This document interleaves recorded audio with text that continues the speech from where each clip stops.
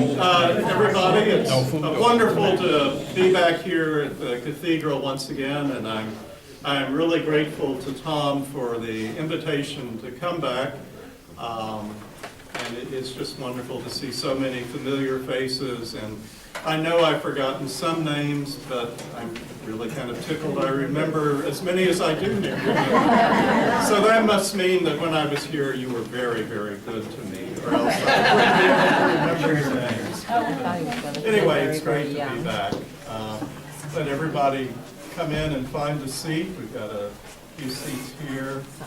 And if you can't hear me speak, just raise your hand or something, and I'll try to speak a little louder. Yes? Yeah, yes.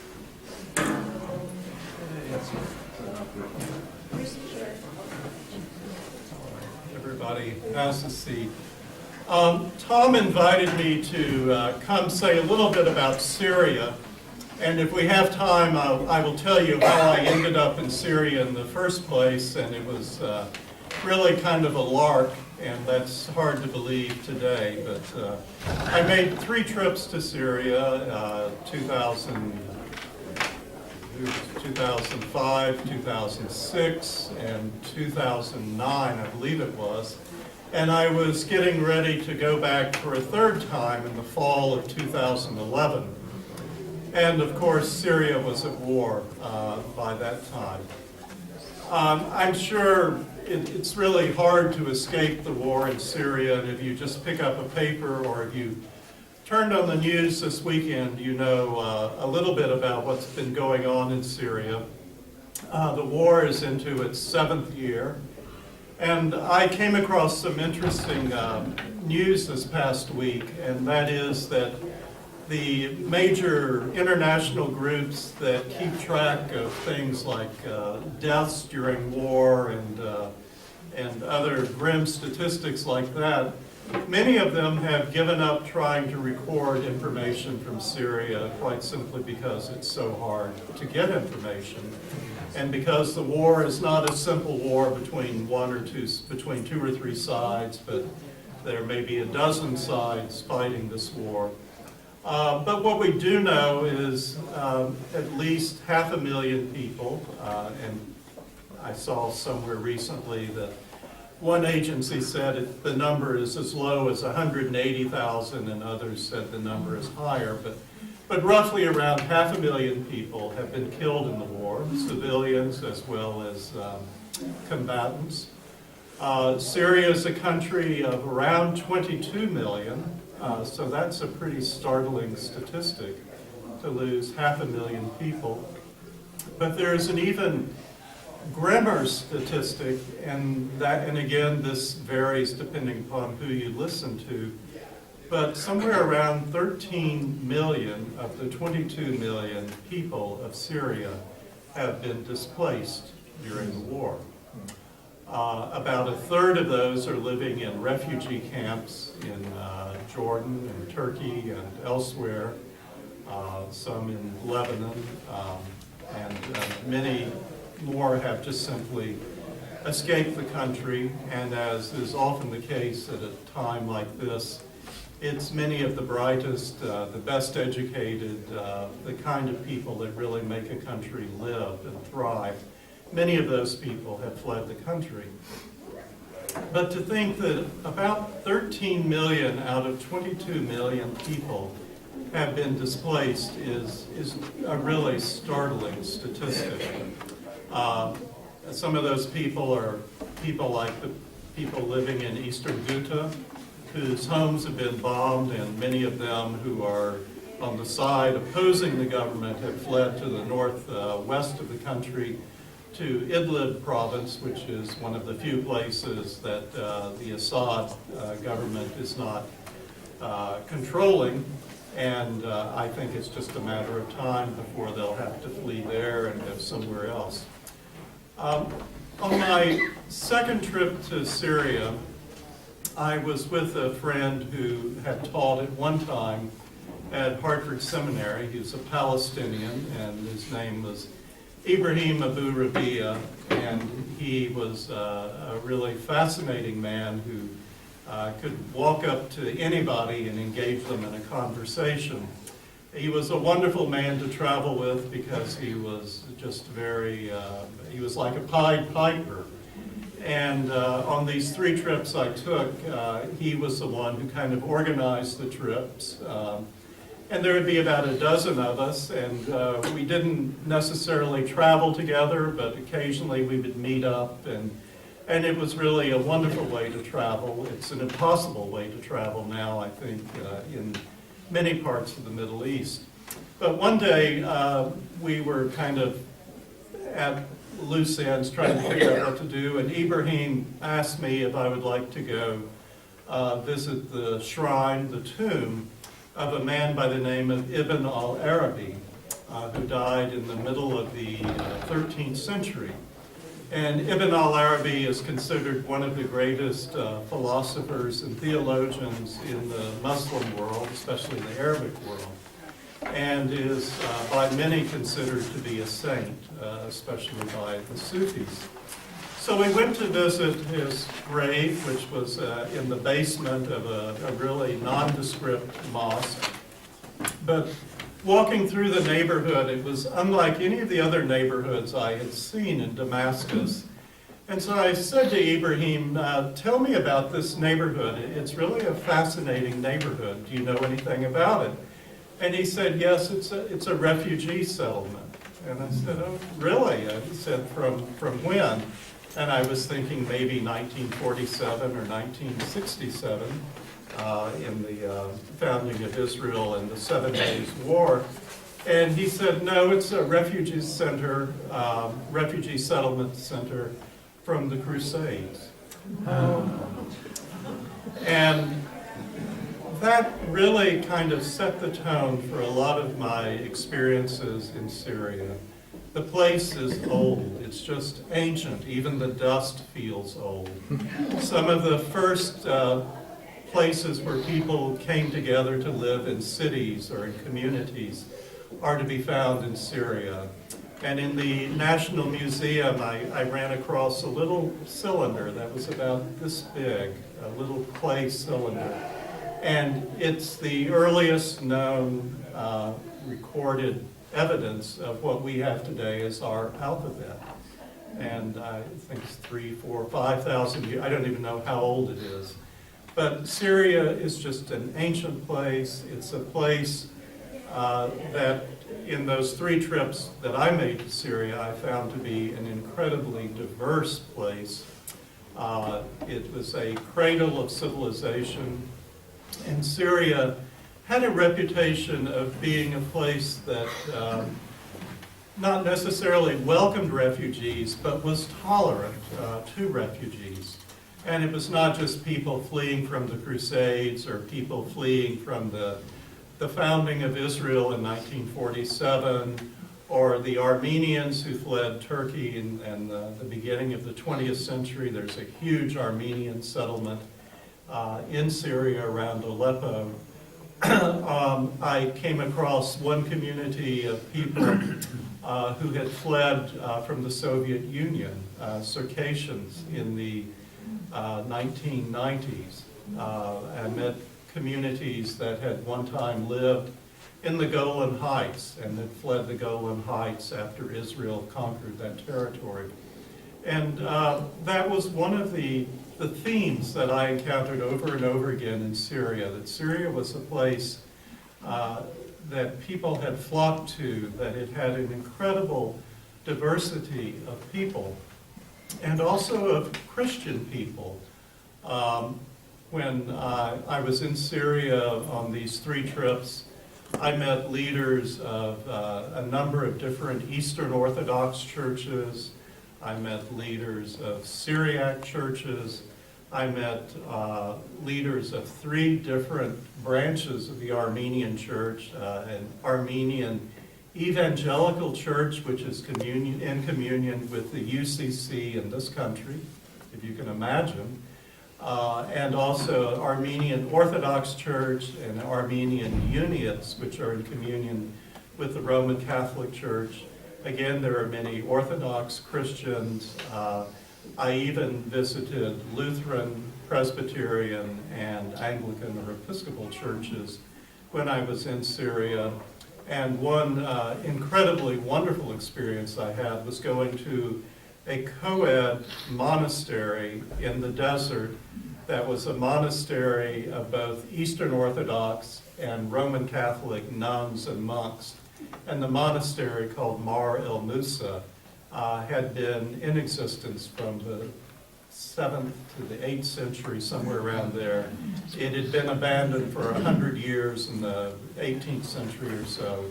And it was an incredible community. I believe it is abandoned again now as a result of the Civil War. And there are also at least 2 villages in Syria where Aramaic, the language of Jesus, is still spoken. And Syria is very important to us as Christians. It was in Syria, in Antioch, according to the book of Acts. That was the first place that people were known as Christians. It's the first community that came to take on that name of being a Christian community. And also St. Paul experienced his conversion in Damascus.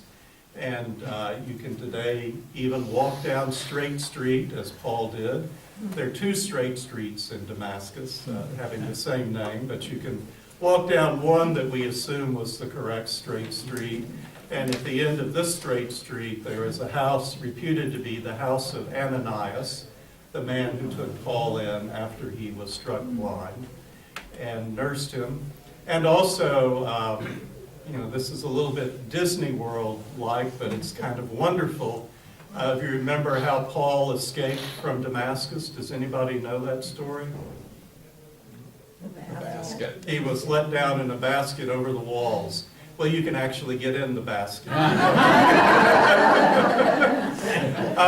So Syria still has, or had when I was there, this incredibly diverse sense of a Christian community.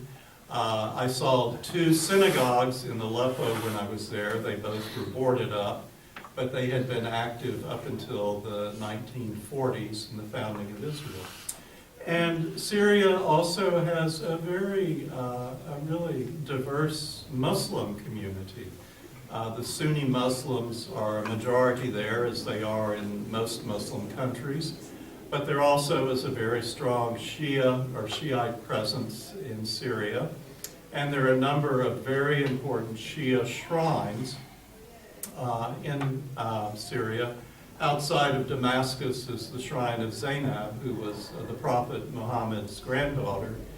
And it's very hard to get to the shrine because when I was there were dozens and dozens of buses a day bringing people from Iran and Iraq to make pilgrimages to the shrine. And you basically just had to get with the flow of people and kind of wander through. It was just an amazing experience, lit up like daytime at night and crowded as it could possibly be during the day also.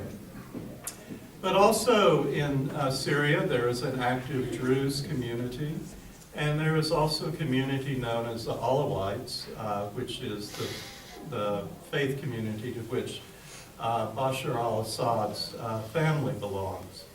And in addition to this religious diversity in Syria, there was also cultural diversity. As I said, there was a large Armenian community around Aleppo. There's also a large Kurdish community because the Kurds are concentrated roughly in the triangle of Turkey, Iran, Syria, and Iraq in that area. They no longer have a country, but they are an ethnically separate people. And so Syria has this incredible diversity. It did when I was there. I fear that that has all changed dramatically. Even in 2009, when I was last there, it was only Syria and Lebanon that knew such a diversity among their people. And the Middle East prior to 1947 was a far more diverse community than I think many of us realize. There were significant Jewish populations in places like Baghdad. There was a strong Christian community throughout the Middle East. All of that has changed. The Jewish communities have fled, are now centered, in Israel. Christians are leaving the Middle East in increasing numbers year by year. And I suspect that once the civil war ends in Syria, if it does in fact end, that Syria will become, like so much of the rest of the Middle East, a country that is more monochromatic, that most of the people in Syria, when the war is over, will be Sunnis, and that this country will have lost this rich diversity, which was one of the things that endeared the country to me so very, very much when I was there. And of course, diversity always is double-sided. And I think the fact of that diversity is part of the reason the Civil War has been so complicated. It's not two sides fighting against each other, and it's not three sides fighting among themselves. There are many, many different players. I think to simplify things greatly, when the war broke out in 2011 during the Arab Spring, and one of the reasons given for the breakout of the war in Syria was that a young man, a young teenager, a very young teenager, scribbled some graffiti on a government building or a government sign in the south of the country in a community known as Daraa. And he was hauled in by the police forces, which was probably to be expected. But they decided to make an example of him. And as I said, he was a young boy, 13, 14, somewhere like that.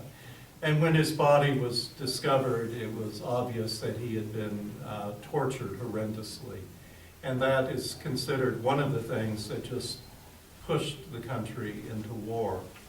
And the war initially, and this again is greatly simplifying things, was people against al-Assad, Bashar al-Assad, who came to power in 2000, and his father had been in power basically for 30 years before him. And the country was a dictatorship, to simplify things. And so the war initially might be seen as people fighting against al-Assad. The country was basically a secular country. But as is the case in so many controversies in the Middle East, religious fundamentalists, people known as the Salafists, people who want to return Islam to the way it was in the time of the Prophet, became involved in the fight. And these are people that we know as al-Nusra group, al-Nusra Front, or as ISIS, ISIL, and those organizations, and they became players in the war. And then extremist Shias became players in the war because there are many important Shia shrines in Syria, and the Shia wanted to protect their shrines, and that meant Hezbollah, which is a major Shia organization in the region, came into play. The Kurds became a force unto themselves, and they are one of the many sides in the war. And countries around Syria are understandably very concerned about what's going on. The Turks are players in the war because they don't want the Kurds to gain too much power. They're worried about what's going on across their southern border in Syria. Iran became a player. Saudi Arabia is a player. Israel is a player, although we seldom hear very much about that. But remember, Israel shares a border with Syria, and Israel took over the Golan Heights from Syria. And every now and then you'll hear about a skirmish on that border. But all of these people are very much interested in what's going on in Syria. They're all players to some extent in the war. And then the war has also become kind of a proxy war, with Western powers have gotten involved. Russia is a significant player in the war for at least 3 reasons. One, simply because Russia, I think, just likes to get in people's faces in the West. Second, because Russia has its only Mediterranean naval base in Latakia on the Mediterranean in Syria, so it's an important military place for Russia. And also, Syria is very important to the Russian Orthodox Church, because the Russian Church considers Syria to be really kind of a birthplace of Christianity.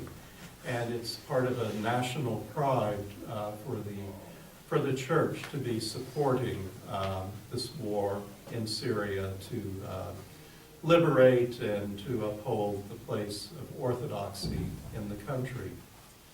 So that's kind of a thumbnail sketch of Syria and some of the reasons I like the country. And I'd like to share with you just 2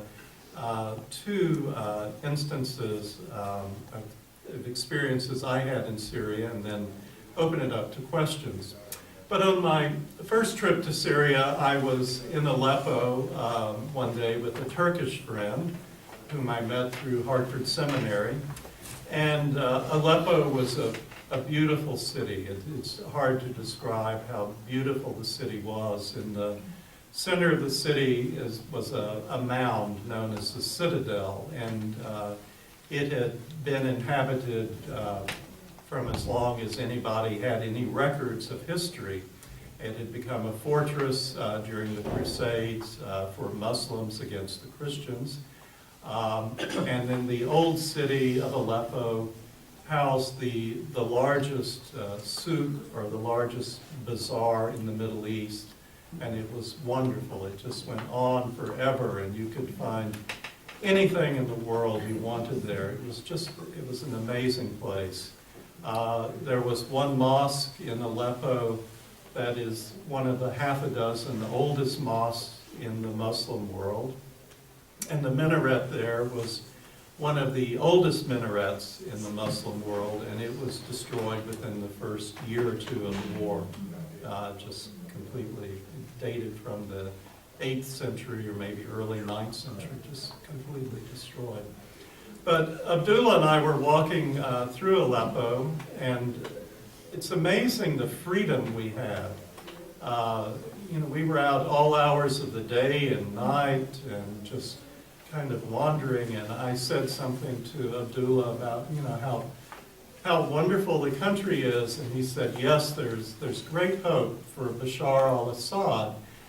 He's considered to be much more moderate than his father. He's considered to be a modernizing force. He has given the country a lot of freedoms, and it's believed that under Bashar al-Assad, Syria is going to break away from its past.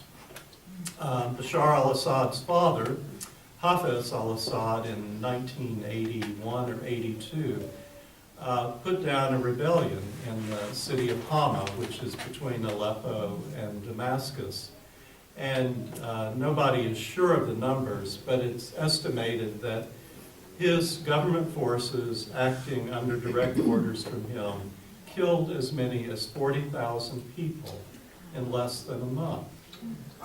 And my friend Abdullah told me of that story, and he said, and Hafez al-Assad had a horrible way of keeping order in the country. If somebody was suspected of a crime, the police would not necessarily come and arrest the person, but the police would come to the person's home and interrogate and torture the person in his home, so all the neighbors could hear. And this had a really chilling effect on the neighborhood, and it would keep people in line. And so my friend Abdullah said, yes, this is all changing under Bashar al-Assad. And then, as we know, he is perhaps not as cruel and vicious, or the regime, rather, is not as cruel and vicious as the regime of his father. but this regime has poisoned its own citizens with chemical warfare a number of times.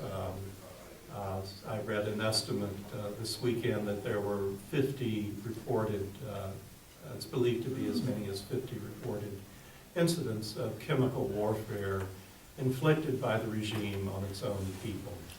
And of course, the last one was last week, and that's very fresh in our eyes. So that was one image or one event in Syria I wanted to share with you, this hope that Syria would become a more open and a freer country. And on my 3 trips there, that's the side of Syria I saw. And of course, I have to remember that I was a privileged visitor. And my second trip to Syria, I went with a group of people that were actually guests of the state. And it's kind of a funny story. Our first visit, we were just traveling through the Middle East, and even though we had to get visas ahead of time, we went to Syria as a lark. And in Damascus, we met 2 really fascinating people. A man named Sheikh Farfour, whose family ran a small college, and then the Mufti of Damascus, the religious leader of Damascus, named Mufti al-Bizm. And these were 2 very important religious leaders in the country. And they really took us under their wings. We were there during Ramadan.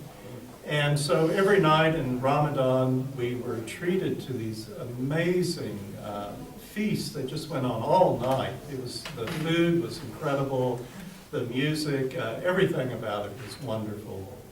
And we joked among ourselves that when we told them that we had come from Hartford Seminary, we assumed that they must have thought that we said we'd come from Harvard University. Because the next year we were invited back to be participants in this huge ecumenical conference that the government put on. And when we arrived from Egypt, we were given a diplomatic reception. I know one person in this room knows what a diplomatic reception is like.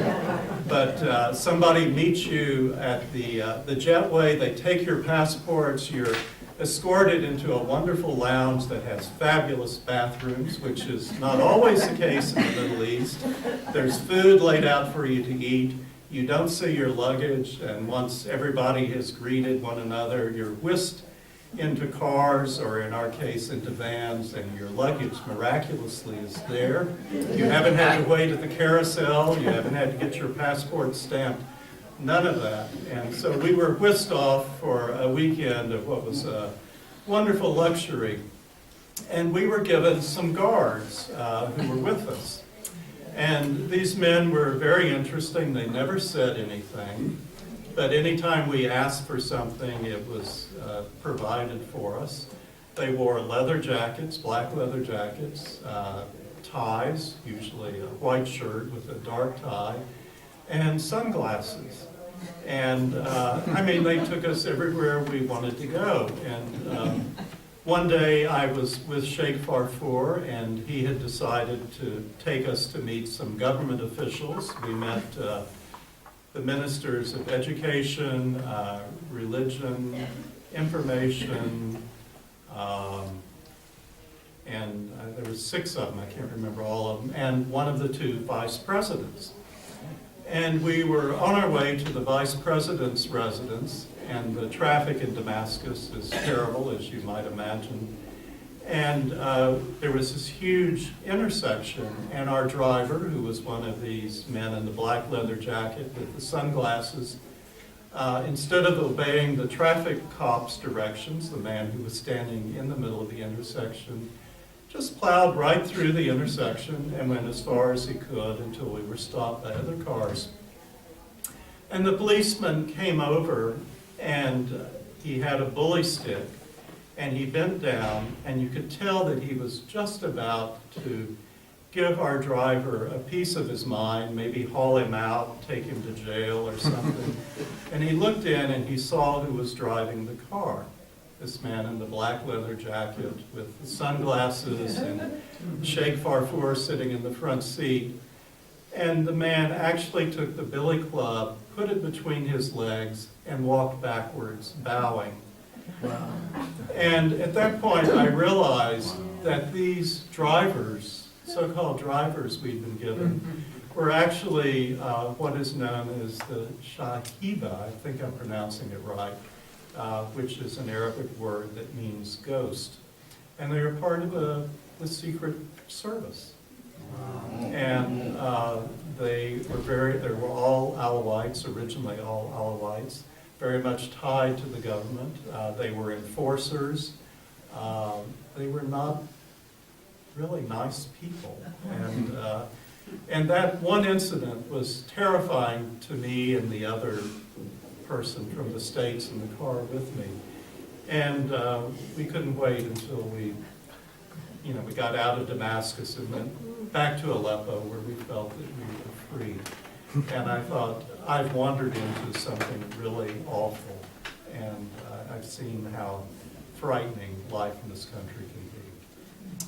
And then one just funny incident, and I'll open it up to questions. At this same conference, there were maybe 500, 600 people there, and there was a break one day, and I went out into the reception area where tea and pastries were being served, and Arabic pastries and fruit are just, they're really to die for. They're fabulous.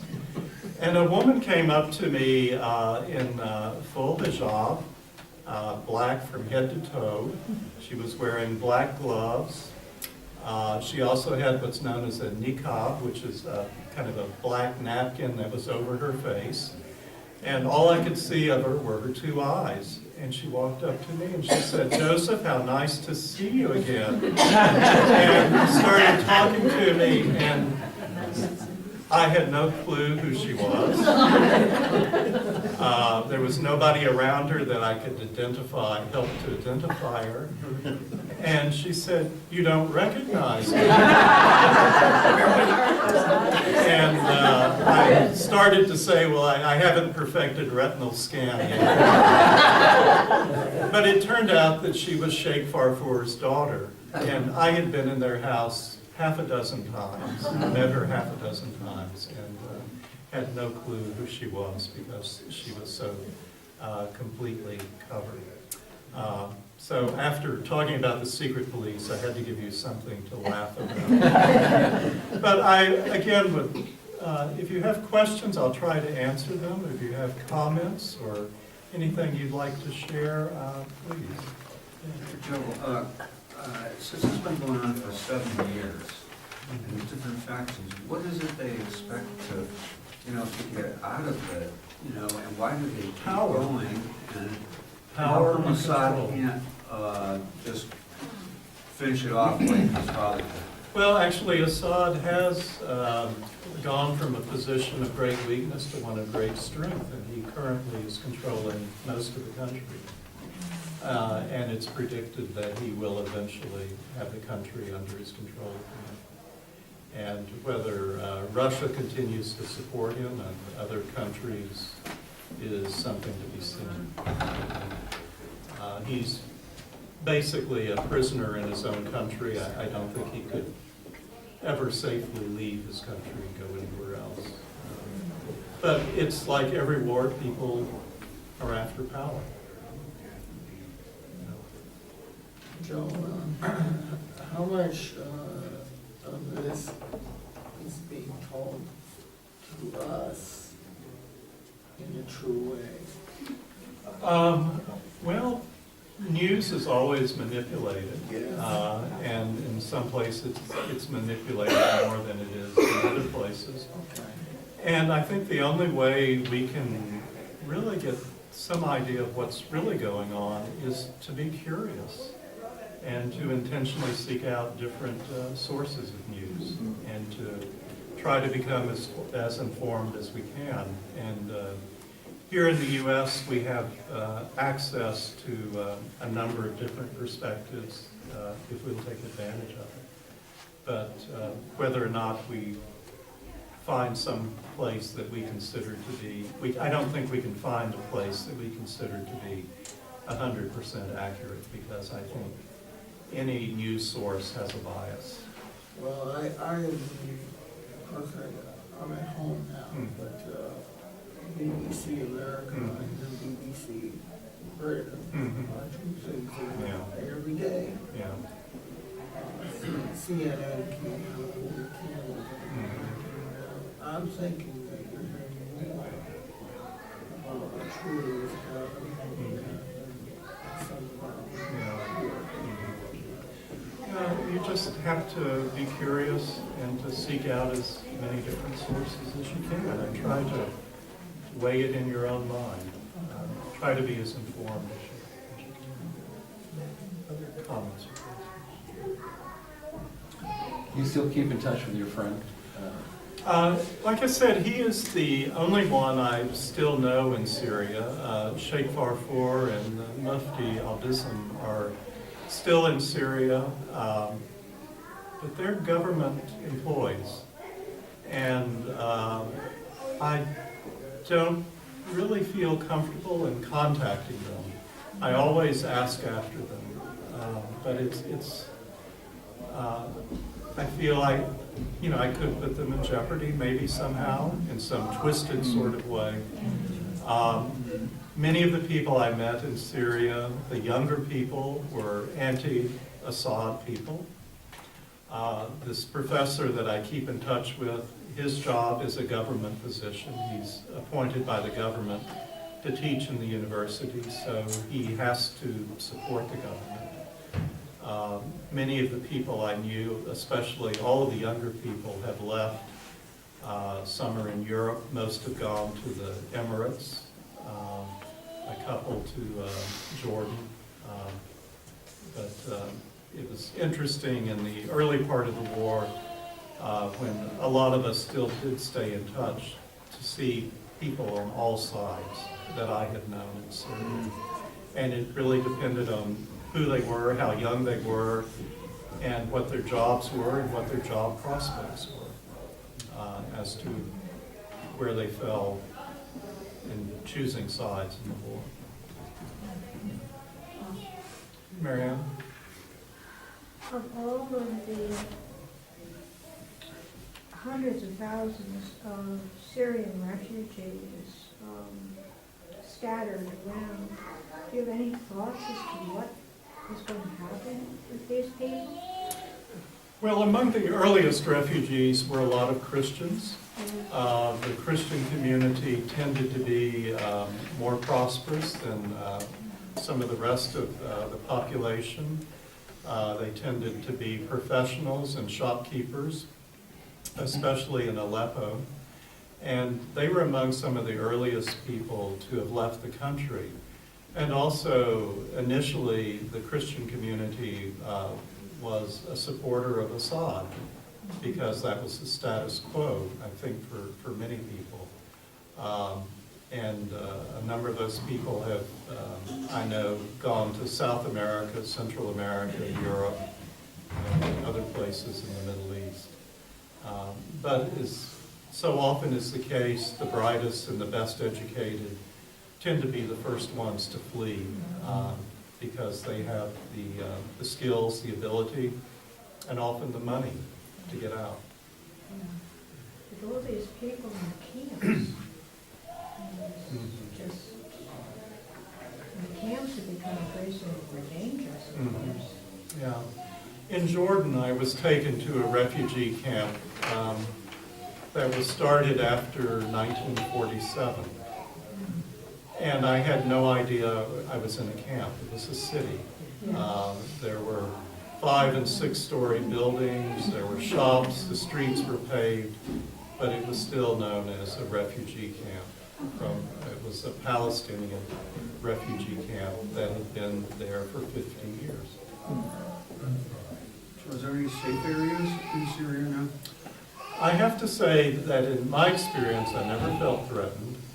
On the third trip, I flew over to Syria by myself. I arrived in the middle of the night. The people who were supposed to have met me were, of course, not at the airport when I arrived. And I ended up with a Kurdish cab driver who whose Arabic was as bad as my Arabic. He eventually got me to the right hotel, but there had been a mistake with the reservation and they had no room for me.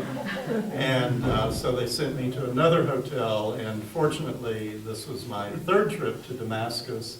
And I recognized a few landmarks, and I ended up telling the cab driver how to get to the hotel I was going to just by 2 or 3 landmarks. And this was 2 or 3 in the morning, and I also had taken a suitcase that was as big as a steamer trunk for a Hartford Seminary student to take home to her family, and it was like, there were 2 of them, and they were like these suitcases had a life of their own. But I always felt safe. And again, part of that is who our hosts were in the country, and they were going to make sure we were safe in ways we probably were never aware of. Joanne? Were you dressed in collar? Or? No. But people knew I was a Christian, and they knew I was a priest, and actually that got me a few points, and it got me into a few places I would have never gotten into. Yeah. So, comments or questions? Yes, Donna? Were there a lot of women walking around when you visited earlier without hijab? Especially in Damascus and Aleppo. Certainly not everybody was dressed conservatively. And I remember when we went to meet the Minister of Education, his secretary met us, and she was wearing a very low-cut dress, sleeveless dress, low-cut, and short. And somebody in our group commented on that, and she said, well, I'm a Christian. And it turned out she was from Canada. She was married to a Syrian. But we saw plenty of women who were not in hijab.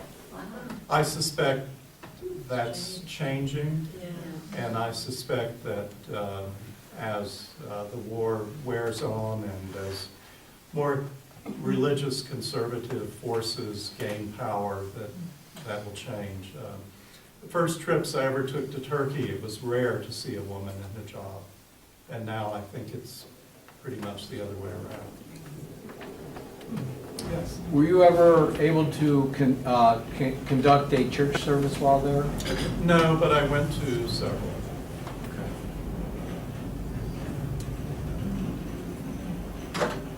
Yes. Ann? Next week we can have, as against the teacher from Wayburn with two Sunday school. What about the education of your children? Is the worst not at all? Girls and boys? Actually, when I was there, I was amazed at the universities we saw in Aleppo and in Damascus.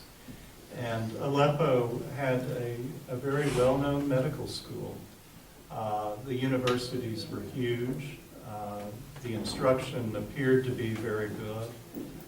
It was not at all what I had expected. But I don't know what elementary and secondary education is really like.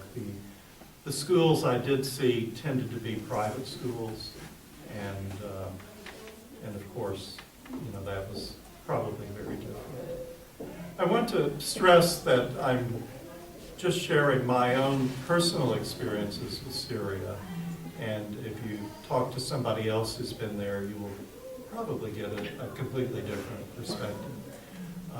But I found it just a wonderful place to travel when I was there. And I, again, want to stress that the things that amazed me about the country were its incredible religious and cultural diversity.